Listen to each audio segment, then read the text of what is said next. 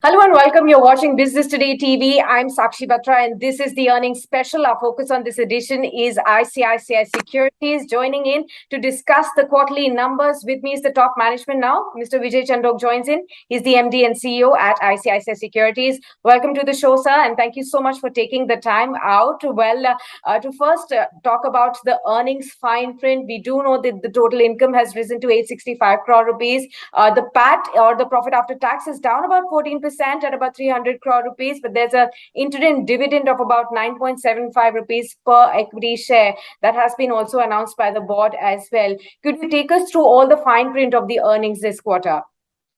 Well, thank you very much. Let me also wish you a happy Diwali. Let me wish all the viewers a very happy Diwali.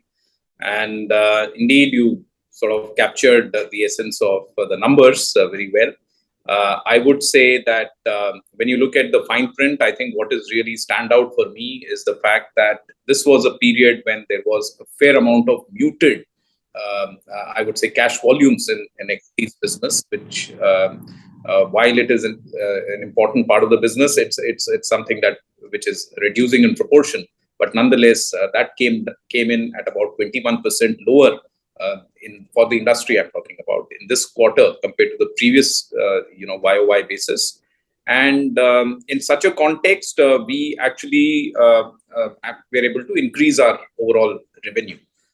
And that is a testimony of our strategy to texturize and diversify our business model and revenue line items. And that to me is a standout sort of a fine print. The other areas of, I would say, importance and what is below the numbers is the fact that it is all happening with gains in market share. If you look at our equity ADTO market shares, it has gone up by about 90 basis points sequentially, YY as well. If you look at our derivative market share, that has also gone up. The newcomers that are coming, the new demat accounts that are opening, that share has also gone up. Commodities market share has gone up. The mutual fund AUM market share has gone up. So a lot of emphasis in difficult market conditions to focus on market share. Right. Also, sir, there's been slight concern on the brokerage income, which is down on a year-on-year basis. Could you help us with, what could be the reasons behind it? Is this a one-off that we are seeing right here, and the outlook going forward from here?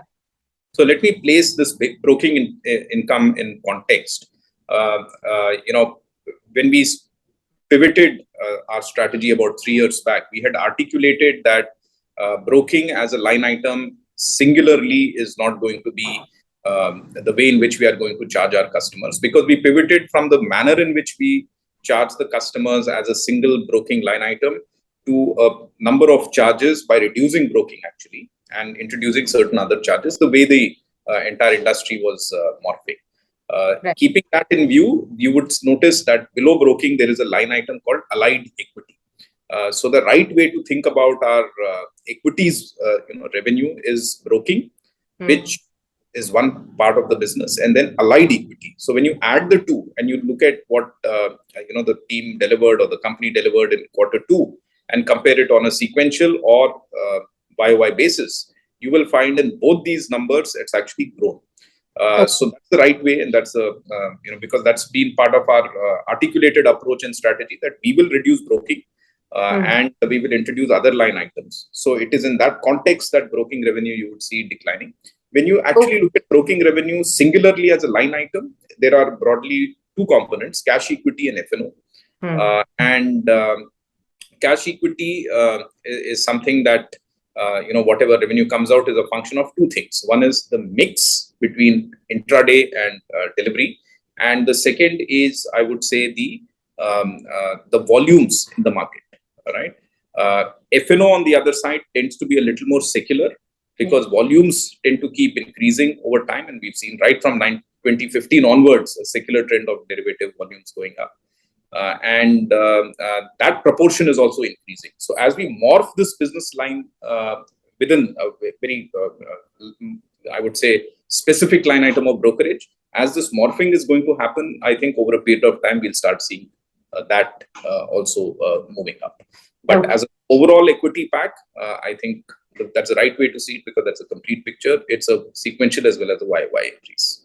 Okay. Could you also shed some more light on how do we see the performance of the retail business versus the other segments this quarter, and going forward from here, which is the segment that's going to be the key growth driver for you?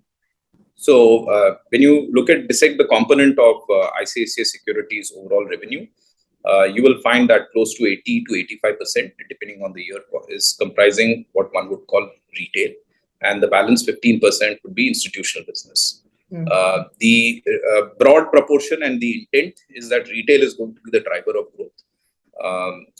The entire focus within retail is pivoting to diversification and pivoting to wealth. So we have a very consciously built a franchise of customers having at least a crore of rupees, whom we call wealth customers, which customers we service through a 360-degree approach through a relationship manager. Right. And now, this has become a fairly sizable part of our business because the aggregate value of AUM of these wealth customers, each one minimum 1 crore with us, has now crossed 3 lakh crores. Oh, okay. So it's a fairly sizable business, and that in a way positions us as one of the largest, I would say, wealth tech player in the country. Therefore, what is going to be the driver going forward? It's going to be retail, and within retail, diversification away from equities into more distribution of financial products, which is insurance related, loan related, and I would say mutual fund and other financial products related. And within retail, wealth as a component is going to be an area of focus. And the reason why we are doing this is because wealth tends to be sticky. Wealth revenues tends to be less cyclical, and diversification away from equities into some of the other areas also, in a way, decyclicalizes the business. So predictability of overall company revenue improves. And that's the approach, that's the strategy. Okay, so for the rest of the financial year, for the second half, if you could give us an outlook on both the top line and profitability, what can we expect going forward, especially with the new Samvat now starting? So I think when I look at the outlook going forward, it becomes extremely difficult to predict, the absolute near-term outlook. Currently, the near-term outlook has been facing headwinds in form of largely driven by, I would say, capped upsides on equities. Even if you see for the last 6 to 9 months, the equities have been kind of range bound. I think India is in a very good spot, good position, but globally things are not so conducive. You're seeing sticky inflation globally. You're seeing quantitative tightening. You're seeing interest rates going up. Yeah. All these uncertain factors, geopolitics keeps popping its head again and again. So all these factors are not really helping the global cause, and to some extent that is capping the muting the upsides on equities even in the country. And whenever you have a scenario of this nature, and where at least the near-term outlook looks a little uncertain, retail participation tends to sort of lose some, there's some element of indifference coming in from retail investors because they love to see excitement here and now. Sure. Given that, I would say tough to predict the near-term outlook, but I'm extremely positive on the medium-term outlook. And the reason is that we are digitizing, and we find that a lot of younger Indians are got a greater affinity to financial assets and to digital methods of participating in the markets. So that numbers are actually staggering if you look at what's likely to happen, what's happening, and what's likely to happen on a continuing basis going forward. We see this as a secular trend. So from a medium-term perspective, extremely positive. And that's exactly what has happened within the company. Because if you see the last 3 years, we've seen that profits have nearly tripled and revenue has actually doubled. So our profit actually increased from roughly about 500 crores 3 years back to about almost 1400 crores last year. And similarly, revenue doubled. So that's the kind of trend. Would it be fair to say we will be able to see over the next 3 to 5 years similar pattern of growth, or even bigger, spike right there when we talk on a 3-year time frame or a 5-year time frame on both top line and profitability? We haven't given out any specific guidelines on numbers, but I think input parameters to get an amplification, I think, is a commitment and focus. And I would request all the investors to measure us on the input parameters, which is, how robust we are making the company, how we are improving net promoter score, how we are able to retain customers, how we are able to increase market share. I believe that financial outcomes is going to be a consequence of doing the input parameters very well. So our focus for the next few years will be focus on input parameters, put your head down and do what the customer wants. Financial outcomes. Absolutely. Just last question to you, since we are sitting at this beginning of the new Samvat year, the last Samvat has been largely flat, and not many investors have made much money, especially on the index level. If we talk about, there have been definitely stocks from the 500 basket, the Nifty and the Sensex basket, where we have seen sharp jump, but it has been very far and few between stocks that have actually made a lot of money. But, keeping in mind all those concerns that you also pointed out in your answers, there is inflation, there is the rising interest rate scenario, the war still persists. Now there are the rising fears of recession across the globe as well. Do you believe the markets will be able to weather these storms, especially in India? And how should investors be prepared for the next year? What can we expect? So I would say that you very nicely captured some of the factors that will impact markets. In such a context, if I were to sum it up in one word, markets are fraught with uncertainty, captured through all these points that you mentioned. And when there is that uncertainty, there is capping of upside. I may not sound very popular saying this, but I do believe that on the one side, you have these uncertainties, but on the other side, I think I must emphasize that India is doing extremely well. I think some of the structural growth drivers are there to really propel growth. And I also see that the framework of government, the policy making is very conducive to support this kind of development and growth. So there are those India-specific, I would say, tailwinds towards pushing growth, and these global factors which are enveloping with uncertainty. In case there is some fading of global factors in let's say in the near term, for example, I think inflation is one area that everyone should watch. If the narrative on inflation turns that, okay, we are done with it, now it's on the path down, I think markets will sort of show a very, very positive return.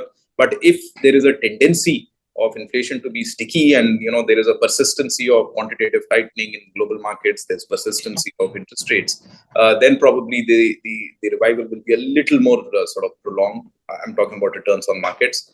But I would, if I have to just take a call, I would rather go on the side that there's a reasonable chance that things will start getting better in the next few months, and then the underlying India factors will take over. So brace for will the Indian markets continue to outperform the world over the next Samvat, and will it continue to shine, vis-a-vis the other asset classes? That's something that all the viewers would want to know from you.